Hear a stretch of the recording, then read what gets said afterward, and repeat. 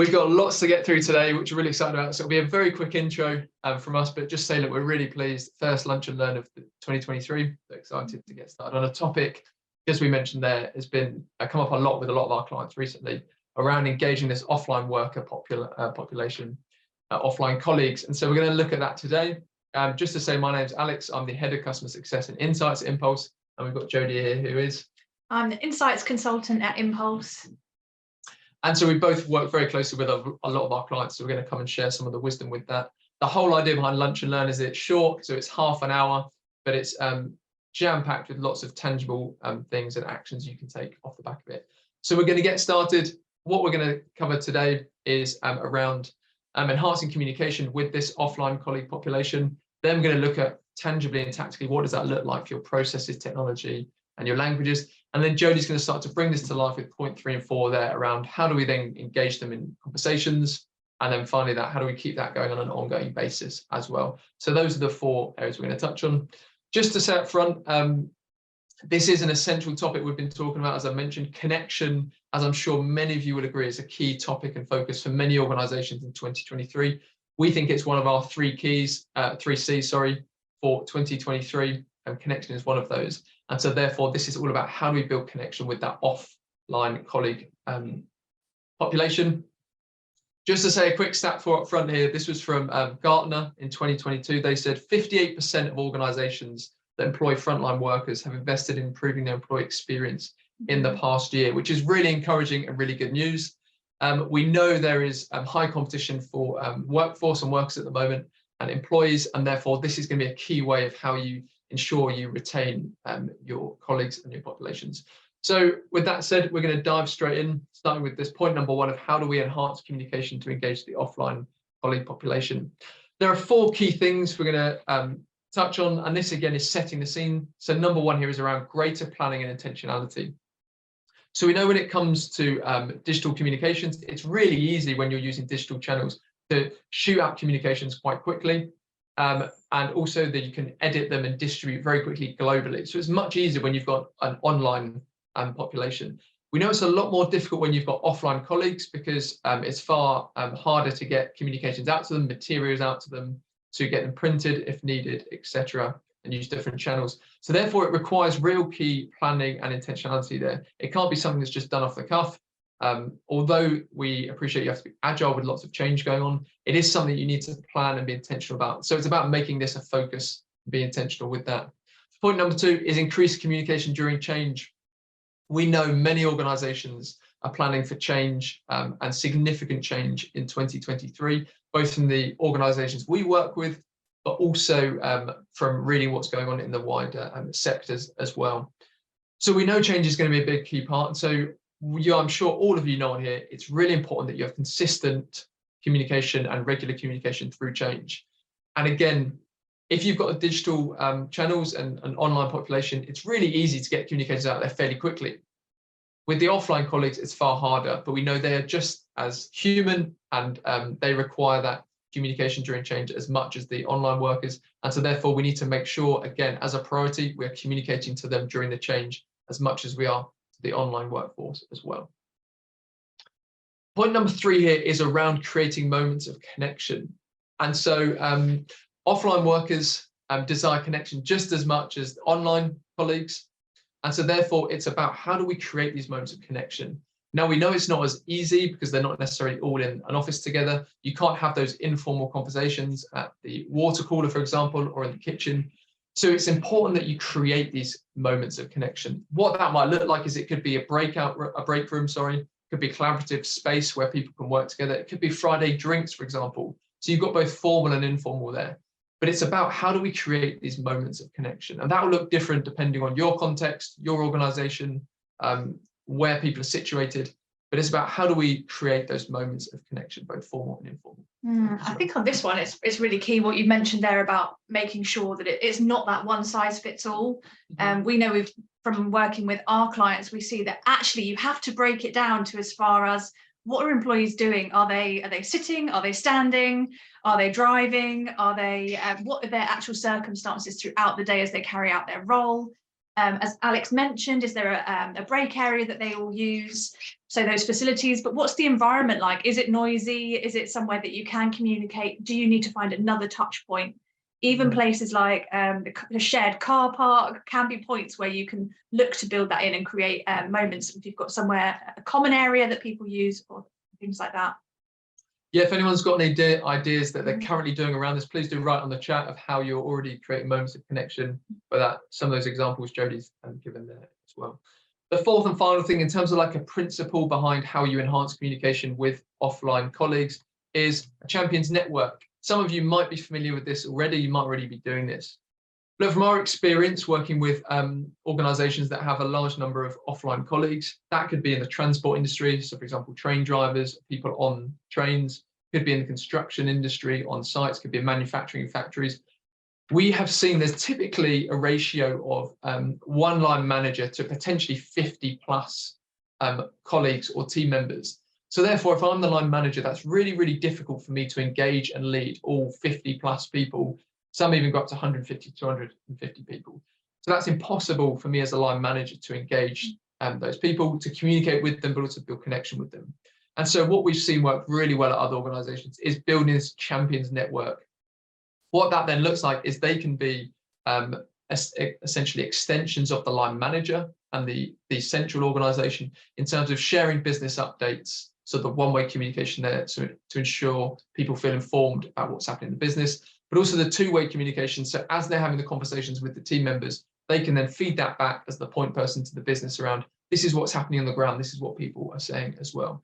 So that champions network is a really good thing in terms of if you have one line manager or one manager to X number, 50 plus people, it's a really useful tactical thing you can do to build that connection with the wider business as well. I know Jodie's going to talk a bit more about champions a bit later, so I'll keep it short and brief there. But this first section here was really about, if we could summarize it, it's about that intentionality and the key principles as you start to look to enhance your communication with these offline colleagues. Greater planning intentionality, so be really intentional about this.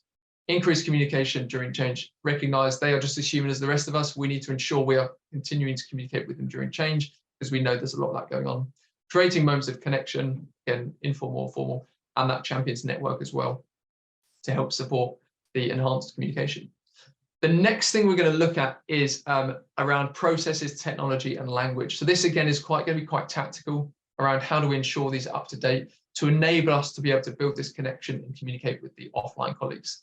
The first one is look at your processes to support one-way and two-way communication. We know a lot of organizations are looking at their processes and systems at the moment and enhancing those to be more digital and to have better communication channels with people. This is important to look at. Again, both the angles of one-way and two-way. One-way would be I'm sharing communication updates from the organization about what's happening. Again, we know that's going to be important this year because of the changes going on. But the two-way communication is just as important. That is about how do we facilitate conversations at a local level so offline colleagues feel they can feedback and input into what's happening at the organization. We often hear this line, which you might hear as well, which is offline colleagues will say the central team make decisions that affect us in our role that they don't even understand. It's they're making these decisions up there, out there somewhere that affect me in role, and we're not even taking into consideration. They don't even understand the issues we're facing on our role. That is common across many organizations that have offline colleagues. So how do you start to address that? You've got to create these two-way communication channels with offline colleagues and central team as well. Second thing is consider the medium of communication. So what we see traditionally is offline colleagues are often communicated to from the business through written communications, whether that's a letter, a poster, payslip, whatever that might be. It's often written rather than face-to-face. We see it really needs to be face-to-face. Number one is it's going to limit the connection to the organization if it's all written and they're not actually seeing people face-to-face, but also it infers that they're not worthy of the senior leader and the manager's time and energy, affecting therefore the wider piece around engagement, which is how valued and appreciated they feel. So even the way you communicate in medium of communication is giving a message of whether they're valued, and whether they're connected with the business as well. So consider your medium of communication. Again, it's going to link to what we've talked about previously, which is about that intentionality and being proactive around how you communicate with them. And finally, Language and tone of voice. For those that are in internal comms, you'll be very familiar with this, but it's really thinking about how you're speaking to your people. So we would recommend you avoid corporate terminology. Often a lot of offline workers think that's just corporate speak. Use more human and natural language. What's the kind of language that they would use? This will influence how they perceive the survey or the wider engagement initiative, the way you talk about it. Skeptics will perceive it as a HR tick box exercise if you're using this corporate speak, and it just sounds like, oh, it's just this tick box exercise. But if you make it feel human, they're more likely to feel that it's genuine, and actually you are going to do something with this. You genuinely care and want to hear about how they're feeling and getting their feedback there as well. Probably two quick things I'm going to touch on before I hand to Jodie that I haven't talked about with these three areas. Number one is, do consider the primary language that people speak in. English may not be their first language, so consider then how you're accommodating 4 different languages. And finally, also, all communication must consider neurodivergent team members and those who require assisted technology. That includes those in the offline population as well. So please do think about those two contexts as well. Again, we appreciate there's a large number of organisations on this webinar, so we can't accommodate for all of your different scenarios or contexts. But hopefully what we've shared there in those first 2 bits starts you thinking about how you can be more intentional, how you can enhance your communication through processes, technology, and language. Please do jump in with questions, write them into the chat, and we'll pick them up then at the end. But Jodie, I'm going to hand over to you to talk about the point 3 and 4 that we're going to cover. Great, fantastic, thank you. So going into the third point on here, what we're really looking at is building out that conversation with colleagues. So this draws a lot on what Alex has just mentioned around that 2-way communication, and particularly links to the medium of communication as well. Alex mentioned about the importance of face-to-face, which is really going to be key here in facilitating more of the 2-way connection, because of course we want this to be an exchange of information where employees feel they've got the chance to contribute, as well as the organisation communicating with them. So that's the first key point here, is making sure that we are giving that opportunity for employees to feed in as much as we are communicating back with them. What we really want to be doing here is building trust. So as in any type of relationship, we see conversation is going to be a means to building this. Trust is evidence-based, so through that conversation, we want to find a way to build that trust. A great place to start is through hearing the employees and looking in what they say for some quick wins. So what have they mentioned that's an issue for them, or something they're dealing with that actually, with not very much time and not too much investment from the business, you can show that you're giving that effort to listen to what they've said and then action it, and something that they can see an improvement off the back of. So this one's really, really important. And if we think about this through the terms of remembering that if leadership and the organisation feel that these employees are hard to reach and hard to communicate with, we can pretty much guarantee the employee is feeling the same way in return, that actually they feel it's hard to reach leadership and that they're not listened to, which is going to leave them not feeling heard, not feeling valued, which is absolutely crucial to building engagement. So this one's really key and the foundation for what we're going to continue to build on. So Alex touched on the tone of voice that we use and the language that we use. So what we're really talking about here is building more of a human connection, so taking more of a human approach. And if we build on what Alex has said in terms of the language that's used, we also want to make sure the content of what we're saying relates to the employee need. So are we making sure that when we're communicating, having these conversations, that actually we're leading with what's important to the employee rather than talking about what's important to the organisation? Relevance here is going to be absolutely key, because once the employees see that the conversation is relevant to them and it's something that they want to input in, you're going to get much more information back off them. They're going to give much more meaningful responses when you do engage them in those conversations. So another key point on leadership and HR visibility.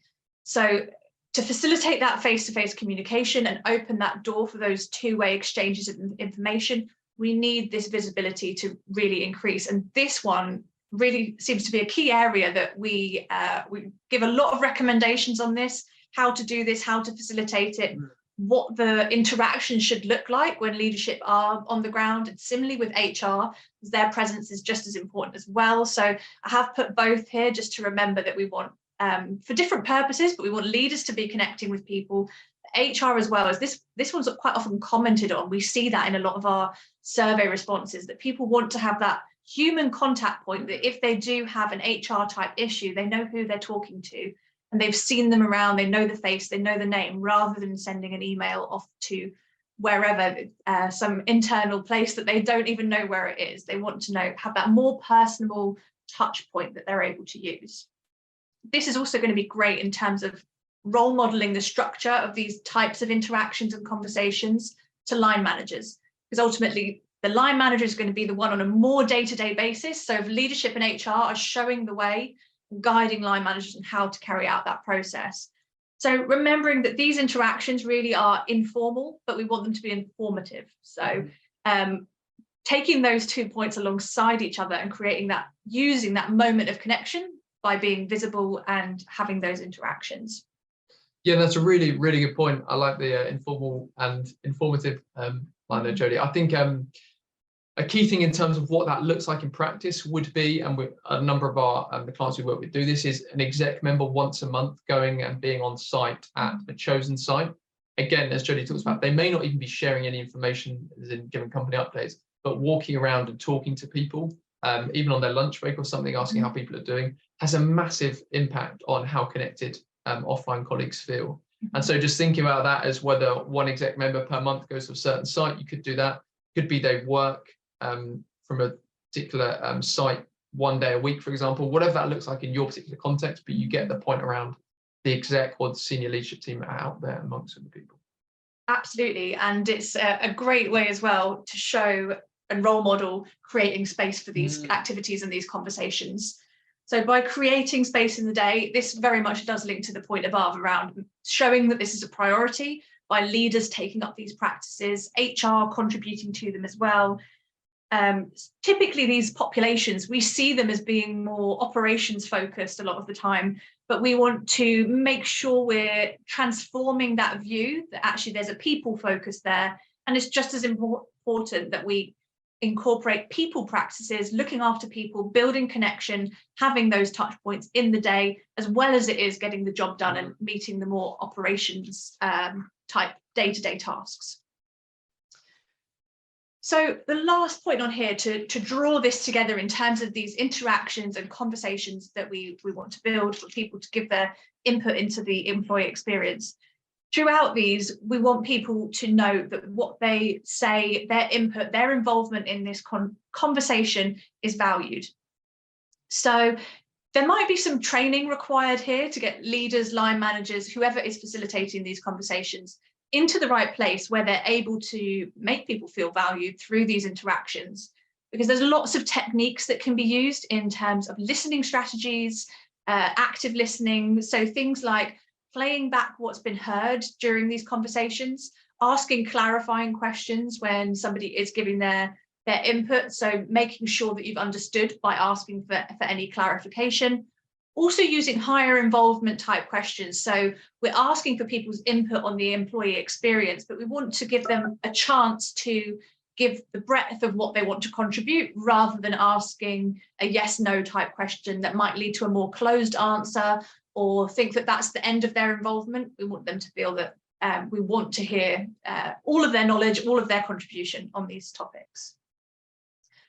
So this one leads us very nicely into maintaining momentum. So how do we keep this going? Often we do see that we start off great, we might implement these conversations, we might go and have the first one, we might get the exec on site, but then actually after a month, a couple of months, it runs out of steam. It's not quite built into the day-to-day practices, and then we find ourselves starting all over again. Perhaps what we do often see is that the employee engagement surveys can end up being the one point in time where all the action comes about off the back of it, and then it dies out until we have the next survey.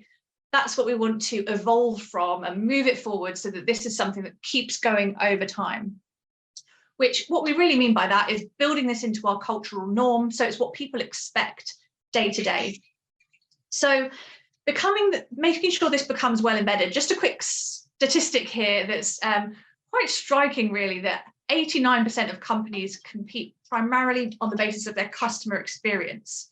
So if we think about who these offline employees are, a lot of them are the people that are having those day-to-day, face-to-face interactions with our customers. They work directly with them. If we think retail, for example, anybody out on the shop floor, rail, so the staff in the trains or the depots where people are interacting, serving customers, many others as well, where these interactions are key. So it shows, it translates into public perceptions of the brand, to who our people are and what they think about the company is then what their external opinion is built on as well. If our people are not well, we don't communicate with them well, and they're not up to date on the values and don't understand what the company stands for, we really are leaving a lot to chance in terms of how people, customers are then going to perceive the brand. So this is really key that we look at this and build this out and make sure it becomes part of who we are. Just a quick example on here, we work with a retail client who had a great example of doing something small, but to help build this and help make sure that those populations on the shop floor do feel part of the organization and feel like they know and understand the values. They had implemented these small calendars that sit at the checkout so that each member of staff who's using a till could see on each day of the calendar, they had a different one of their organization values printed on there. So that's a great way of taking a small step, but actually making sure that employees who are out on the shop floor, for example, do still feel like they're part of that bigger picture and know what the organization stands for, even though they might not be so directly connected to it all the time, particularly in that, again, that customer environment where they've got those interactions constantly. So next point on here is around promoting growth in innovation. Lots of what we've talked about here is going to involve change, new procedures, new processes. So we want to make sure that we are in the right mindset and have the right way of approaching that. We need people to be on the journey with us, ready to try out new things, and actually making sure that we show that we really value the growth and the efforts to develop these practices rather than the outcomes or rather than performance is going to be really key. So we don't want to put any hindrance on here or create any obstacles. Actually, we want people to overcome challenges, which means that we need to implement a really a policy of trial and error almost, where people feel they can try out a new approach. If it doesn't work, that's okay. We take the lesson, we move forward, we try something new. If it does work, great. We're on the right path and we can keep going with that. But that can be really instilled in a culture somewhere as to whether people are open to taking risks, to trying new practices, or whether they're more stuck in their ways. It does really come down to the values and how that's been communicated to them. So alongside these, what we need to do, we're talking again about these changes. We want this to become a cultural norm. We want people to be trying out new practices. How do we make sure those continue? So again, this is not something we want to run out of steam. We want to make sure there is that accountability over time so that people do continue with these practices. Accountability is one where we really need something in place. So some solid touch points along the way so that we can maintain that momentum. So for example, we talked about the Champions Network. The champions potentially would have a monthly check-in, which helps keep them all accountable. They can each have to give a quick progress update at that meeting, or maybe they take it in turns, whatever that might look like. It may be that once a month managers check in on this or bring it up in the town hall or the team meeting, again, just to show that it's always on the agenda and that it's got that place. So even in written communications, giving it that place, so again, people can see it remains a priority for the business over time. Talking about that Champions Network, I wanted to just elaborate slightly on what this can look like, because of course these champions are great, as Alex mentioned it, around as a part of that communication strategy, for getting out, for being that extension of the line manager. But actually what we want to make sure with this network as well, we've got a real opportunity here. So making sure that we use that and evolve it. So The Champions Network can be built out into a program which can be shown to be developing leadership skills, so that actually people see joining the Champions Network or being part of that program as a way of furthering their career, developing their communication skills, a path to get through to leadership. So with the Champions, we want to make sure as a business, we're giving them recognition as well for the extra effort they're putting in. So it may well be that the things they're doing are not really part of their remit, but they're going above and beyond by showing that they want to contribute to this and developing the skills to then progress further in the company. And the last point just to cover on here is around checking in regularly and adjusting where necessary. So this relates to our culture of growth and innovation, that we want to make sure that we're always doing the right things, and anything that we do implement, that it is working. So check in, measuring progress, using regular touch points or your employee engagement survey as a way of checking, well, how are we doing on communications? Do people feel that we're reaching them? And actually, if not, that's okay. We take the lessons, we adjust, and we move forward.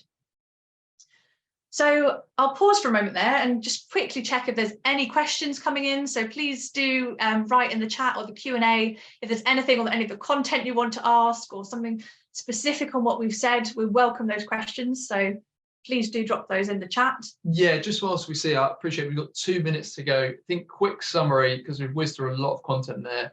Kind of 3 key takeaways we wanted to highlight across all of this.